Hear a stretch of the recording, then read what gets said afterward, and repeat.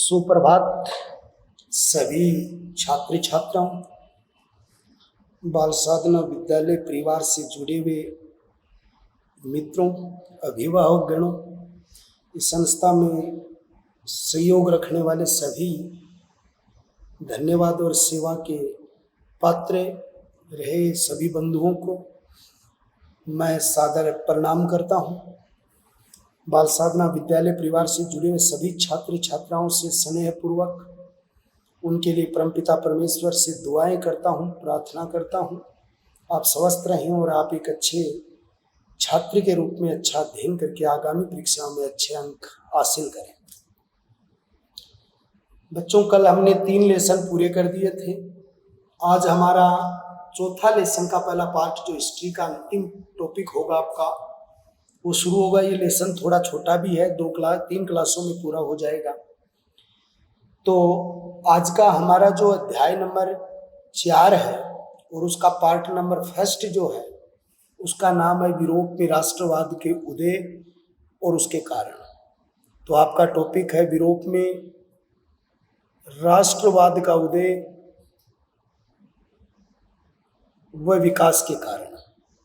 ऐसे क्या कारण रहे कि जिसके कारण यूरोप में राष्ट्रवादी गतिविधियां पनपी, विकसित हुई और राष्ट्रवादी गतिविधियों का विकास हुआ था। सबसे पहले बच्चों में आपको एक शब्द बताना चाहूंगा कि राष्ट्रवाद चीज क्या है। देखो, राष्ट्रवाद एक व्यक्ति की उच्चतम निष्ठा राष्ट्र के प्रति जब समर्पित होती है उसे राष्ट्रवाद कहते हैं। यानी राष्ट्रवाद कहा जाता है व्यक्ति की उच्चतम निष्ठता, उच्चतम जो निष्ठा है वो उच्चतम निष्ठा राष्ट्र के प्रति समर्पित होती है, राष्ट्र के प्रति समर्पित होती है, राष्ट्र के प्रति विकसित होती है। उस समर्पित भावना को ही क्या कहा जाता है? राष्ट्रवाद कहा जाता है। राष्ट्रवाद की विश्व जगत में पहला उदाहरण जो था वो स्वतंत्रता की इच्छा और राष्ट्र बनाने की सशक्त अभिव्यक्ति। स्वतंत्रता की इच्छा यानी व्यक्ति की उच्चतम निष्ठा जो राष्ट्र के प्रति समर्पित होती है उसको राष्ट्रवाद कहते हैं। और विश्व जगत में स्वतंत्रता की इच्छा और राष्ट्र बनाने की जो अभिव्यक्ति थी, राष्ट्र बनाने की जो सशक्त अभिव्यक्ति थी, वो सशक्त अभिव्यक्ति जो है वो देखने को जो मिली है, उदाहरण के रूप में जो मिली है, वो कहाँ मिली है? अमेरिका स्वतंत्रता संग्राम में। कहाँ मिली है? अमेरिका स्वतंत्रता संग्राम, उसका उदाहरण मिला है। और अमेरिका स्वतंत्रता संग्राम कब हुआ? 4 जुलाई सन 1976। कब हुआ? 4 जुलाई सन 1976 ईस्वी को हुआ था। उसमें पहली बार ये उदाहरण देखने को मिला है। कहा जाता है 18वीं सदी से पहले, कौन सी सदी में? 18वीं सदी में या 18वीं सदी के प्रारंभ में, शुरुआत में यूरोप में राष्ट्रवाद शब्द नहीं था। सदी में शुरू में यूरोप में राष्ट्रवाद शब्द नहीं था। 18वीं सदी के शुरू में यूरोप क्षेत्र में राष्ट्रवादी जो व्यवस्थाएं थी वो नहीं थी। इस समय तक यूरोप में राजाशाही डचियों और कैंटनों में छोटी छोटी राजनीतिक इकाइयां थी।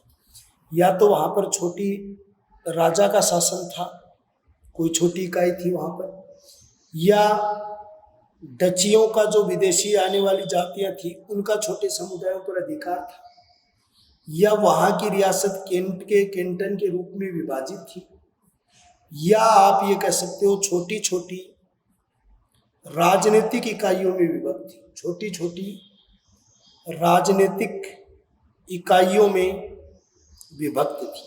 तो 18वीं सदी के शुरू में यूरोप में राष्ट्रवाद शब्द नहीं था। राजा शासन, डच या कैंटन या छोटी छोटी राजनीतिक जो इकाइयां थी उसके रूप में ये सारा राज्य जो था वो विभक्त था। फिर दूसरी बात यहाँ आती है, यूरोप में राष्ट्रवाद के उदय के कारण क्या थे। एक बार फिर बता दूं कि आपका मुख्य टॉपिक है यूरोप में राष्ट्रवाद का उदय और उनका विकास। राष्ट्रवाद किसे कहते हैं? एक व्यक्ति की उच्चतम निष्ठा जो अपने राष्ट्र के लिए सब कुछ कर गुजरने को तैयार होती है, वो राष्ट्रवाद होता है। राष्ट्रवाद की पहली संकल्पना स्वतंत्रता की इच्छा और राष्ट्र बनाने की अभिव्यक्ति को प्रस्तुत करने वाला यूरोपीय देश था अमेरिका। अमेरिका ने 4 जुलाई 1976 ईस्वी में संपूर्ण विश्व जगत के सामने एक संगठित राष्ट्र की परिकल्पना व्यक्त की थी। 18वीं शताब्दी से पहले संपूर्ण यूरोप में कोई राष्ट्रवाद नहीं था। यहाँ राजा के या तो छोटे मोटे क्षेत्र थे, या डचियों का अधिकार था, या छोटे मोटे कैंटनों पर उनका क्या था? अधिकार था। यूरोप में राष्ट्रवाद का उदय का कारण सबसे महत्वपूर्ण था मध्यम वर्ग का उदय। देखो, उस समय यूरोप में 2 वर्ग थे, एक उच्च जिसको आप कह सकते हैं पूंजीपति वर्ग, और एक था निम्न जिसको आप कह सकते हैं मजदूर वर्ग। ये शोषण करने वाला वर्ग था और ये शोषित वर्ग था। ये कभी भी इनके विरुद्ध आवाज नहीं उठाते थे, और उच्च वर्ग के पास असीमित शक्तियां थी, असीमित अधिकार था। लेकिन कहा जाता है कि यूरोप के अंतर्गत एक ऐसा वर्ग तैयार हुआ, एक ऐसा नया वर्ग उभर कर आया जो दोनों वर्गों के मध्यस्थ रहते हुए निम्न वर्ग की रक्षा की और पूंजीपति वर्ग की नीतियों की उन्होंने क्या की थी? का विरोध किया था। इनमें प्रमुख रूप से उद्योगपति, शिक्षक, डॉक्टर और व्यापारी लोग थे। यानी जो इनसे तो अधिक धनवान है, जैसे डॉक्टर हैं, शिक्षक हैं, जो दूसरे नंबर पर शिक्षक डॉक्टर के अलावा आप ये कह सकते हो कि यहाँ पर कुछ ऐसे लोग हैं इस वर्ग के अंतर्गत जो गरीब और पूंजीपति वर्ग के मध्य की स्थिति को रेखांकित करते थे, उसे मध्यम वर्ग कहा गया था। दूसरे नंबर का बिंदु था उदारवादी राष्ट्रवाद। उदारवादी राष्ट्रवाद कौन सा राष्ट्रवाद है? उदारवादी राष्ट्रवाद। उदारवादी विचारधारा का संबंध मर्यादित स्वतंत्रता और समानता से। उदारवादी विचारधारा का संबंध, उदारवादी राष्ट्रवाद जो है, उदारवादी विचारधारा का संबंध, उदारवादी विचारधारा का संबंध जो है वो मर्यादित स्वतंत्रता, संबंध मर्यादित स्वतंत्रता व समानता से, मर्यादित स्वतंत्रता और समानता से विकास के विभिन्न क्षेत्रों को आधिपत्य से मुक्त रखना, जैसे भाषा, लेखन, सभा संगठन, निजी संपत्ति की सुरक्षा को सुनिश्चित करना, ये सभी किसके उद्देश्य थे? उदारवाद था। तो उदारवादी समय का संबंध क्या था कि सबको मर्यादित स्वतंत्रता होनी चाहिए, सबके पास समानता होनी चाहिए, एक आधिपत्य मुक्त माहौल होना चाहिए, एक व्यक्ति को भाषा की, लिखने की, सभा बनाने की सारी स्वतंत्रताएं उन्हें होनी चाहिए। कहा जाता है आर्थिक क्षेत्र में उदारवाद ने बाजारों की मुक्ति व पूंजी के आवागमन पर राज्यों द्वारा लगाए गए नियंत्रण को खत्म करने की मांग उठाई कि हमारे बीच में बिना किसी कर के क्या होना चाहिए? व्यापार होना चाहिए। हमारे बाजार जो है वो बाजार की क्या होनी चाहिए? मुक्ति होनी चाहिए। हमारे बीच में किसका आवागमन बढ़ना चाहिए? पूंजी का आवागमन बढ़ना चाहिए। तो पूंजी का आवागमन बढ़ना चाहिए, बाजार में क्या होनी चाहिए? मुक्ति होनी चाहिए। राज्य द्वारा लगाए गए नियंत्रण खत्म होने चाहिए, कि राज्य द्वारा लगाए गए नियंत्रण जो है वो खत्म होनी चाहिए। तो राज्य द्वारा लगाए गए नियंत्रण खत्म होने चाहिए, पूंजी का आवागमन बढ़ना चाहिए, बाजार मुक्त होना चाहिए, भाषा, लेखन आदि की स्वतंत्रता होनी चाहिए, और एक व्यक्ति को अपने जीवन के अंतर्गत आगे बढ़ने के लिए एक संगठन होना चाहिए। और इसी उदारवाद के चलते नेपोलियन ने 39 राज्यों का, किनका भाई? 39 राज्यों का एक परिसंघ बनाया था। क्या बनाया था? परिसंघ बनाया था। और ये परिसंघ ही आगे चल के जिन्होंने, जो फ्रांस था उस राष्ट्र के लिए भी एक महत्वपूर्ण तथ्य रहा, और जो जर्मनी के एकीकरण का एक महासंगठन था, जिसके आधार पर आगामी जो संगठन है वो आगे बढ़ा था। देखो, इसके बाद में उदारवाद के अंतर्गत एक प्रयास और हुआ। 1833 ईस्वी के अंतर्गत हेम्बर्ग से न्यूएमबर्ग जाकर माल बेचने वाले व्यापारी को 11 सीमा शुल्क देने पड़ते थे। 1833 में यूरोप की एक जगह हेम्बर्ग, और हेम्बर्ग से न्यूरेमबर्ग, कौन सा स्थान है? न्यूरेमबर्ग। हेम्बर्ग से न्यूरेमबर्ग, हेम्बर्ग पहले तथ्य के रूप में आता है, और न्यूरेमबर्ग, हेम्बर्ग से न्यूरेमबर्ग तक अगर एक व्यापारी अपना माल लेकर जाएगा तो उस व्यापारी को कितने शुल्क देने पड़ेंगे? 11 शुल्क उसे जमा करवाने पड़ेंगे। तो भाई चीज महंगी होगी। तो उदारवाद का ये कहना था कि ये जो व्यापारियों पर ये जो टैक्स लगता है ये नहीं होना चाहिए।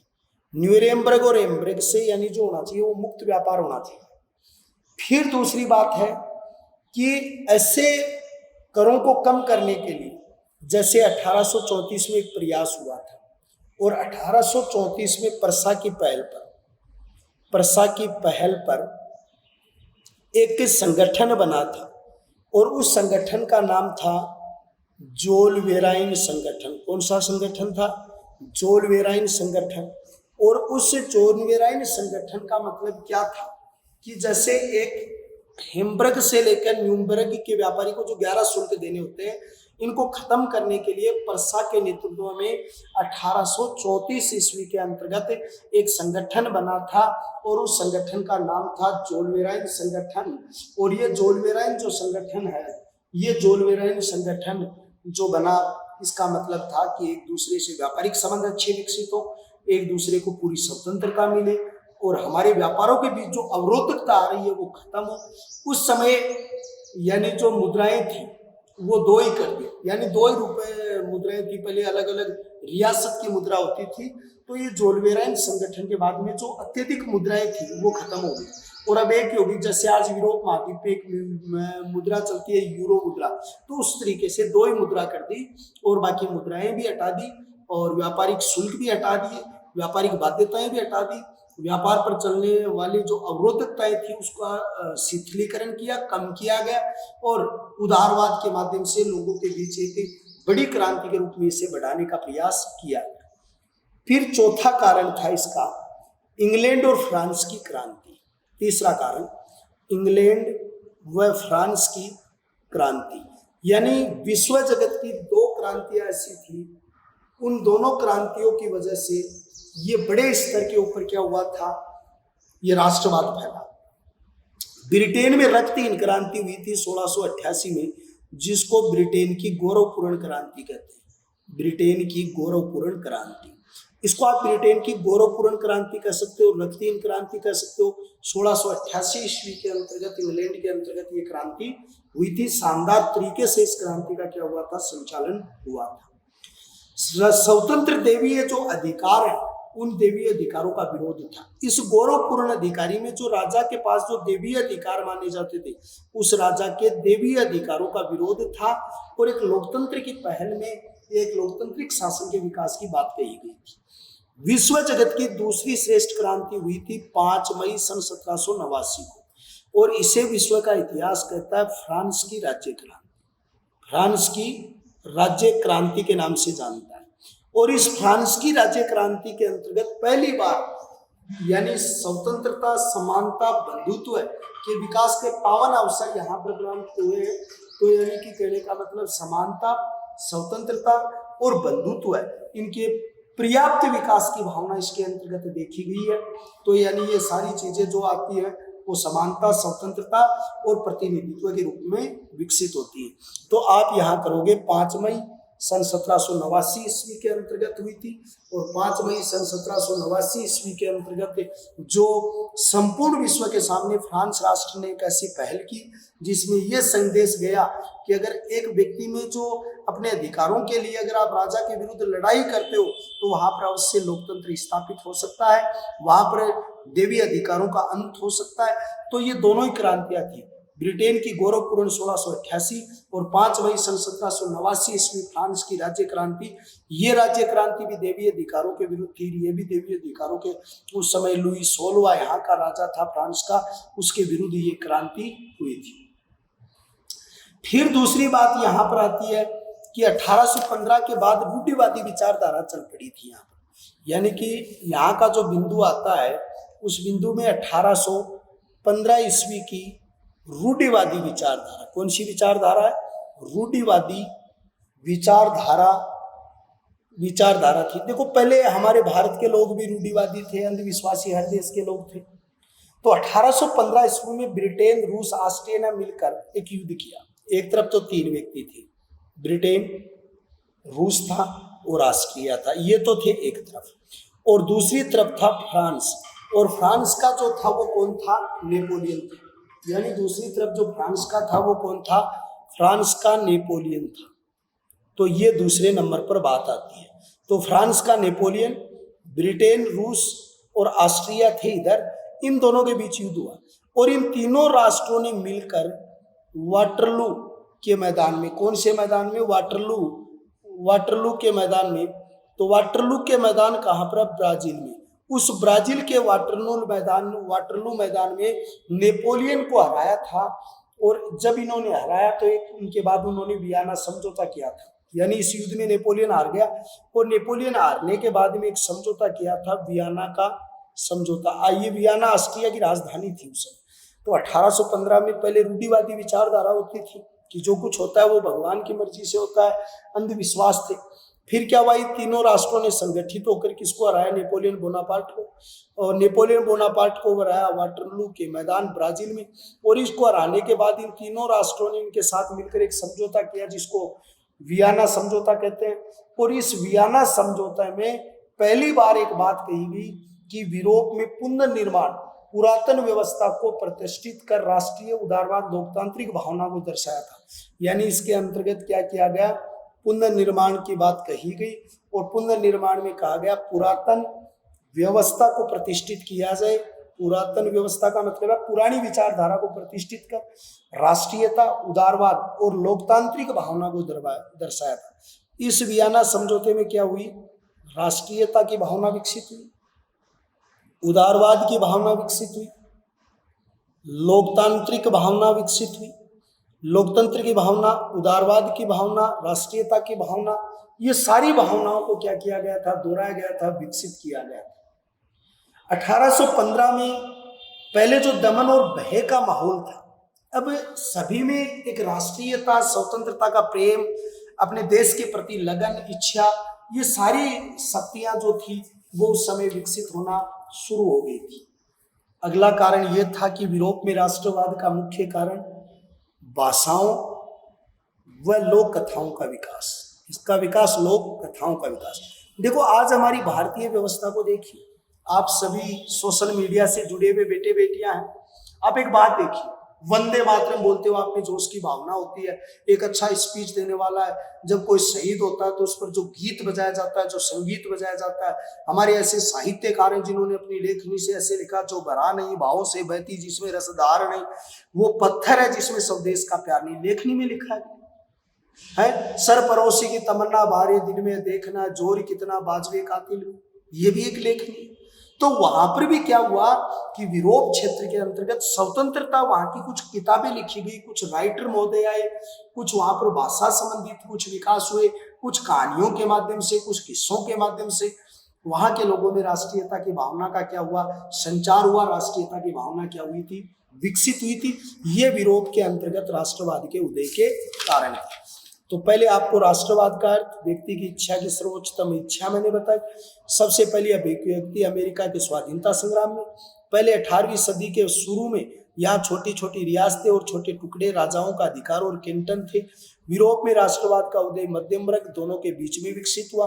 उदारवादी विचारधारा, बाजारों की मुक्ति और व्यापार से सुविधा मिली थी। इंग्लैंड व फ्रांस की जो क्रांतियां, उनसे संदेश मिला था, और भाषाओं, लोक कथाओं से भी इसका विकास हुआ था। अब हम यूरोपीय राष्ट्रवाद में पहला टॉपिक पढ़ते हैं, और वो पढ़ते हैं औद्योगिक क्रांति। इसका पहला टॉपिक जो पढ़ने में हमें मिलता है उस टॉपिक का नाम है औद्योगिक क्रांति। देखो औद्योगिक क्रांति कब शुरू हुई थी, तो आपको इसमें लिखना होगा 18वीं सदी, या आप ये लिख सकते हो कि इसका समय जो है वो 18वीं सदी जो है उस 18वीं सदी में इसकी शुरुआत हुई थी। औद्योगिक क्रांति शब्द का प्रयोग किसने किया सबसे पहले, तो सबसे पहले दो वैज्ञानिक थे या दो औद्योगिक क्रांति शब्द का प्रयोग करने वाले प्रतिष्ठित बुद्धिजीवी थे। फ्रांस के जो थे उसका नाम था जॉर्जिस मिशेल था, जॉर्जिस मिशेल। ये जॉर्जिस मिशेल कहाँ का था, फ्रांस का था। और दूसरा जर्मनी के काइड्रिक एजेनम था। कौन था, काइड्रिक एजेनम था। कौन था, जॉर्जिन मिशेल था और काइड्रिक एजेनम था। ये तो था जर्मनी का, जो काइड्रिक एजेनम था वो तो था जर्मनी का। और जो फ्रांस के थे उस फ्रांस के थे जॉर्जिस मिशेल थे, जिन्होंने पहली बार औद्योगिक क्रांति शब्द का प्रयोग किया था। पहला अंग्रेज व्यक्ति जिसने इसका प्रयोग किया औद्योगिक क्रांति का, वो एक अर्थशास्त्री थे। कौन थे, अर्थशास्त्री थे। और उस अर्थशास्त्री का नाम था अर्नोल्ड टाइवनी था। क्या नाम था, टाइवनी। और इन्होंने एक पुस्तक लिखी जिसका छोटा नाम तो ये है यानी इंडस्ट्रियल रिवोल्यूशन। क्या नाम था, रिवोल्यूशन। तो इंडस्ट्रियल रिवोल्यूशन जो है ये तो इसका छोटा नाम है, और फुल नाम इसका था लेक्चर्स ऑन इंडस्ट्रियल रिवोल्यूशन। इसमें लेक्चर ऑन इन इंग्लैंड आता है, जैसे lecture on industrial revolution in England, यानी ये इसकी पुस्तक थी अर्नोल्ड टाइवनी। और टाइवनी ने भी अंग्रेजी क्षेत्र में या ब्रिटेन क्षेत्र में पहली बार किया। अर्नोल्ड टाइवनी ने lecture on the industrial revolution नामक पुस्तक में किया। फ्रांस के जॉर्जिस मिशेल ने इसका प्रयोग किया, जर्मनी के काइड्रिक एजेनम ने इसका प्रयोग किया। अब हमें दूसरे टॉपिक के रूप में पढ़ना है औद्योगिक क्रांति की परिभाषा। क्या लिखना, औद्योगिक क्रांति की परिभाषा। देखो औद्योगिक क्रांति की परिभाषा ये है कि हस्तशिल्प, पहले जो काम हाथ से होता था वो आज उन हस्तशिल्प उद्योगों का क्या हुआ, मशीनीकरण हो गया। बस ये शब्द दो याद रखने हैं, बाकी दो जिसको शब्द आते हैं तो वो पूरा इसको एक्सप्लेन कर सकता है कि हस्तशिल्प उद्योग का मशीनीकरण जो हुआ है, उसी मशीनीकरण को क्या कहा जाता है, औद्योगिक क्रांति कहा जाता है। पहले जो हाथ से काम होने वाले थे वो आज मशीनों से होने शुरू हो गए थे, तो मशीनों से जो काम शुरू हुए उसे ही क्या कहा गया, औद्योगिक क्रांति। अब कुछ परिभाषाएं मैं आपको बताता हूँ। सबसे पहले DC हेजल नाम का व्यक्ति है, वो कहता है कुटीर उद्योगों का मशीनीकरण। क्या कहता है, कुटीर उद्योगों का मशीनीकरण। और कुटीर उद्योगों का मशीनीकरण वही क्या है, औद्योगिक क्रांति है। दूसरे विद्वान है डेविड महोदय। दूसरे विद्वान कौन है, डेविड महोदय। मनुष्य ने उत्पादन के प्राचीन उपाय, कौन से थे, प्राचीन उपाय थे किसके, उत्पादन के। DC हेजन क्या कहते हैं, कुटीर उद्योगों का मशीनरीकरण है। डेविड क्या कहते हैं, मनुष्य के उत्पादन के प्राचीन उपाय थे, उनका स्थान कारखानों ने ले लिया। और उन वस्तुओं का उत्पादन कहाँ होना शुरू हो गया, कारखाना। मनुष्य के प्राचीन जो उत्पादन होने वाले व्यक्ति जो थे, यानी मनुष्य के उत्पादन के जो प्राचीन तरीके जो थे, उस प्राचीन तरीके जो थे उन तरीकों को छोड़ दिया, और उन तरीकों की जगह क्या आ गए, विशाल उद्योग आ गए। अब जो चीज वहां पर जो मनुष्य ने प्राचीन जो घरों पर बनाते थे, कुटीर उद्योगों पर बनाते, एक जुलावा घर पर कपड़े बुनता था, एक कुमावती यानी कि घर पर मटके बनाता था, एक टठेरा बर्तन बनाता था, एक यानी कि जो जांगीर जो घर पे हल बनाता, चारपाई बनाता। अब वो सारी चीजें यहाँ से स्थान आउट हो गई और वो बड़े उद्योगों में आ गई। यानी डेजिट का कहने का मतलब है पुरातन तरीका छोड़कर जो नूतन तरीका विकसित हुआ था, उस नूतन तरीके को वस्तुओं का उत्पादन उसके अंतर्गत किया गया था। फिर दूसरी चीज थी, इसकी परिभाषा किसने दी, इनसाइक्लोपीडिया में दी गई है। किसमें दी गई है, तो आप एक पुस्तक है encyclopedia pedia, encyclopedia of social साइजेज। कौन सी? इंसाइक्लोपीडिया ऑफ सोशल साइजेज, खंड संख्या 8। कितनी है? 8। इंसाइक्लोपीडिया सोशल साइजेज खंड 8। कौन सा है? खंड 8। Encyclopedia of social sciences and खंड 8 के अनुसार आर्थिक और तकनीकी विकास 18वीं सदी के अधिक सशक्त और तीव्र हो गया था। दो विकास बताएं इस इंसाइक्लोपीडिया में, एक तो आर्थिक और दूसरा कौन सा है? तकनीकी। दूसरा कौन सा है? तकनीकी। आर्थिक प्लस तकनीकी विकास जो है वो 18वीं सदी में क्या हो गया? सशक्त हो गया। यानी ध्यान से देखिए, इंसाइक्लोपीडिया में ये कहा गया, सोशल इंसाइक्लोपीडिया में, कि सोशल साइजेज की 8 की धारा में लिखा गया आर्थिक और तकनीकी विकास। अगर आपकी इकोनॉमिक तकनीक अच्छी होगी तो आप तकनीकी भी अच्छी बनाएंगे। और 18वीं शताब्दी में सशक्त और तीव्र हो गया, फलस्वरूप उद्योगवाद का जन्म हुआ, जिसे औद्योगिक क्रांति कहते हैं। यानी आप ऐसे जोड़ो, आर्थिक और तकनीकी विकास हुआ और इससे हर आदमी या हर देश क्या हुआ? एक तो हो गया सशक्त। सशक्त का मतलब होता है मजबूत, और मजबूत क्यों हुआ? क्योंकि प्लस में उसका विकास कैसा हुआ? तीव्र विकास हुआ। ये 4 नाम देखिए। इंसाइक्लोपीडिया सोशल साइंसेज में क्या लिखा कि एक व्यक्ति आर्थिक प्लस तकनीकी दृष्टि से क्या हो गया? सशक्त हो गया। और जब सशक्त हो गया तो उसका विकास क्या हुआ? तीव्र हुआ। और तीव्र विकास के कारण जो तरक्की हुई, जो गति हुई, उसको ही आपने क्या कहा? औद्योगिक क्रांति कहा। चौथी परिभाषा साउथ गेट के अनुसार, किसके अनुसार है? साउथ गेट के अनुसार। इन्होंने बहुत छोटी परिभाषा ली है। हस्तशिल्प के आधार पर भाप संचालित यंत्रों से जो कार्य हुआ वही औद्योगिक क्रांति है। पहले हस्तशिल्प, अब हस्तशिल्प की जगह क्या हो गया? भाप से संचालित। भाप से संचालित हस्तशिल्प के स्थान पर भाप से संचालित जो कार्य विकसित होने लग गया था, वो भाप से संचालित कार्य जो विकसित हुआ, उस कार्य को ही क्या कहा गया? औद्योगिक क्रांति। साउथ गेट के अनुसार हस्तशिल्प के स्थान पर भाप से संचालित जो कार्य विकसित हुआ वो ही कार्य क्या कहलाया? साउथ गेट के अनुसार औद्योगिक क्रांति कहलाया। फिर औद्योगिक क्रांति का अर्थ क्या है? देखो, इसको एक साधारण रूप में आपको बता दूं। औद्योगिक क्रांति के कारण छोटे कुटीर उद्योग, हस्त उद्योग में जो कम उत्पादन होता था, आज वो कम उत्पादन की जगह उत्पादन बढ़ गया। पहले जहां छोटे कुटीर उद्योग और हस्तशिल्प कारखाने थे, आज उनका स्थान बड़ी बड़ी मशीनों ने, बड़े बड़े उद्योगों ने, बड़े बड़े जो यानी कि व्यापारिक प्रतिष्ठान थे उनके रूप में वो क्या हो गया? विकसित हो गया। और जिससे विकसित होने से क्या हुआ? आम आदमी का रहन सहन, बोलचाल की भाषा, उसका रहने का जो सिस्टम, खान पान, वेशभूषा, ये तौर तरीके उनके क्या हो गए? बदल गए। और ये जो तौर तरीके बदले, इनको आप सामूहिक रूप से कह सकते हो, वो औद्योगिक क्रांति कह सकते हो। क्या कह सकते हो? कि आपने पुरातन व्यवस्था की परंपरागत संसाधनों को छोड़कर, यानी शब्द क्या है? पुरातन व्यवस्था के परंपरागत, यानी पुरातन व्यवस्था के परंपरागत साधनों को छोड़कर, यानी मशीनों से और यानी कि जो भाप की शक्ति से जो उत्पादन का दायरा बढ़ा, उसे ही औद्योगिक क्रांति कहा गया। जिससे व्यक्ति का रहन सहन, खान पान, वेशभूषा और आदमी का जीवन चरित्र बदला, उसे क्या कहा गया? औद्योगिक क्रांति कहा गया था।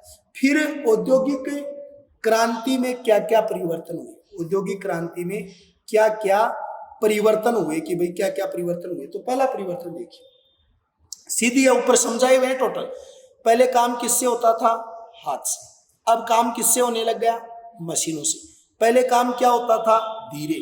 अब काम क्या हो गया? जल्दी। पहला परिवर्तन तो ये हो गया। पहले काम हाथ से, अब मशीनों से।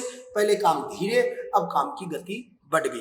पहले काम बहुत छोटे स्तर पर, अब काम बड़े स्तर पर। पहले काम हाथ से होता था, इसलिए कोई उद्योग नहीं थे। अब काम मशीनों से हो रहा है, इसलिए एक उद्योग विकसित हुआ। कौन सा? इस्पात उद्योग विकसित हुआ। क्योंकि एक छोटी सी सुई से लेकर बड़ी बड़ी मशीनों का निर्माण लोहे से होता है, तो लोहा इस्पात उद्योग का विकास होना भी औद्योगिक क्रांति के कारण ही हुआ है। पहले कृषि करते थे, वो बैलों से होती थी, मवेशियों से होती थी। लेकिन अब औद्योगिक क्रांति के विकास के कारण क्या हुआ? मशीनों से खेती होने लग गई। जैसे आपकी जो बीज बोने की मशीन बन गई, फसल कटाई की मशीन बन गई, फसल निकालने के बाद में जो अनाज से भूसा अलग करने की मशीन बन गई। तो ये सारी मशीनें बनी है, तो कृषि का विस्तार हो गया। पहले जो भूमि थी उसके ऊपर जैसे कम मात्रा में खेती होती थी, अब उसके विस्तार रूप आगे भी खेती होने लग गई। तीसरे नंबर की बात क्या थी, बड़े बड़े कृषि फोरम विकसित होने लगे, कृषि का विकास होने लगा, किसानों का फायदा होने लग गया, किसान ज्यादा भूमि पर खेती करने में सक्षम हो गए। एक परिवर्तन ये हुआ। अब क्या हुआ कि लोगों को पेमेंट मिलने लग गया। पेमेंट कैसे मिलने लगा, अगर वो किसी कारखाने में काम करते हैं, किसी उद्योग में काम करते हैं, वेतन मिलता है, तो वेतन देने के लिए एक बैंक विकसित हुई या बैंकिंग पद्धति विकसित हुई। तो बैंकिंग पद्धति विकसित हुई, बैंक विकसित हुए और पूंजी का उपयोग बढ़ा। एक तो बैंकिंग पद्धति विकसित हुई, एक क्या हुआ, पूंजी का उपयोग बढ़ा, क्योंकि अब लेन देन का माध्यम जो हो गया वो पूंजी हो गया। पहले वस्तु विनिमय था, लेकिन औद्योगिक क्रांति के कारण मुद्रा विनिमय हो गया। औद्योगिक क्रांति के कारण भाप से संचालित इंजन बने, जहाज बने और यातायात के साधनों का पुनर्गठन हुआ। पहले यातायात के साधन थे जैसे बैलगाड़ी थी, घोड़ा गाड़ी थी, टांगा गाड़ी थी और कोई छोटे मोटे संसाधन थे। अब औद्योगिक क्रांति की वजह से वहां पर छोटी मशीनें आ गई, रेल का विकास हो गया, इंजन बन गए, तो यातायात के साधनों का भी क्या हुआ, पुनर्गठन हुआ। पहले व्यापार छोटे स्तर पर था, आपस में एक दूसरे की आवश्यकताओं की पूर्ति हो जाया करती थी, लेकिन औद्योगिक क्रांति के लिए उत्पादन वृद्धि स्तर पर हुआ और जब उत्पादन वृद्धि स्तर पर हुआ तो उसको खपाने के लिए बाजारों की जरूरत हुई। तो यहाँ पर एक तो व्यापार में वृद्धि हुई, व्यापार तीव्र गति से बढ़ा, ऐसे स्थानों पर भी वस्तुएं भेजी गई जहां पर ज्यादा से ज्यादा व्यापार किया जा सके और एक संगठित व्यापार तंत्र शुरू हुआ। लोग अनेक संगठित बाजार विकसित हुए, मानव श्रम में कमी आई, उत्पादन में वृद्धि हुई। पहले मनुष्य केवल अपनी शारीरिक अक्षमता से कार्य करता था, परिश्रम करता था, मेहनत करता था। अब मशीनें आ गई तो इसलिए मनुष्य का शारीरिक श्रम घट गया, मनुष्य का जो शारीरिक कर्म था वो कम हो गया और मनुष्य के शारीरिक श्रम ने स्थान ले लिया मशीनों ने, इसलिए उत्पादन बढ़ने लगा। तो औद्योगिक क्रांति में क्या 7 परिवर्तन हुए। पहला परिवर्तन, हाथ के कारीगर थे वो मशीनों से होने लगे, इस्पात उद्योग विकसित हो गया, बैंकिंग पद्धति विकसित हुई, कृषि के बड़े फोरम और कृषि मशीनों से होने लगी, भाप से संचालित इंजन से जहाजों और रेलों का विकास हुआ, अंतरराष्ट्रीय व्यापार विकसित हुए, मानव श्रम में वृद्धि कमी आई और उत्पादन में वृद्धि हुई। इसके साथ आपका पहला टॉपिक पूरा हो गया। कल औद्योगिक क्रांति के कारण और क्या प्रभावी कारण रहे कि ये क्रांति इंग्लैंड में हुई, ये बातें हम कल डिस्कस करेंगे। तो चौथे लेसन का ये पार्ट हो गया। मैं सभी मेरे बच्चों से उम्मीद करता हूँ कि आपको सभी अच्छी ये क्लास बहुत बिल्कुल पसंद आई है। आप घर बड़े ध्यान से इसको पढ़ेंगे और अच्छी तरीके से आप अध्ययन जारी रखेंगे और अपने बूढ़े माँ बाप का, बुजुर्गों का, दादा दादी जी का, परिवार के सभी सदस्यों का इस कोरोना महामारी में थोड़ा ध्यान भी रखेंगे और बहुत ही मुस्कुराते हुए धीरे धीरे नोट्सों को बनाएंगे और अच्छी तरीके से पढ़ेंगे। मैं अनिल कुमार आपको ढेर सारी शुभकामनाएं और आशीर्वाद देता हूँ। आप अच्छे बच्चे बनो, अच्छे तरीके से पढ़ाई करो और विद्यालय परिवार आपको यूं ही हमेशा आगे बढ़ने के लिए प्रेरित रहेगा, समर्पित रहेगा। तब तक के लिए मैं विदा चाहता हूँ। कल एक बार फिर मिलते हैं नए बिंदु के साथ, नए जोश के साथ, नए टॉपिक के साथ। तब तक के लिए आप खुश रहो और इन टॉपिकों को आप गहराई से पढ़ो। कल नए टॉपिक में एक बार फिर मुलाकात होती है। तब तक के लिए जय हिंद, जय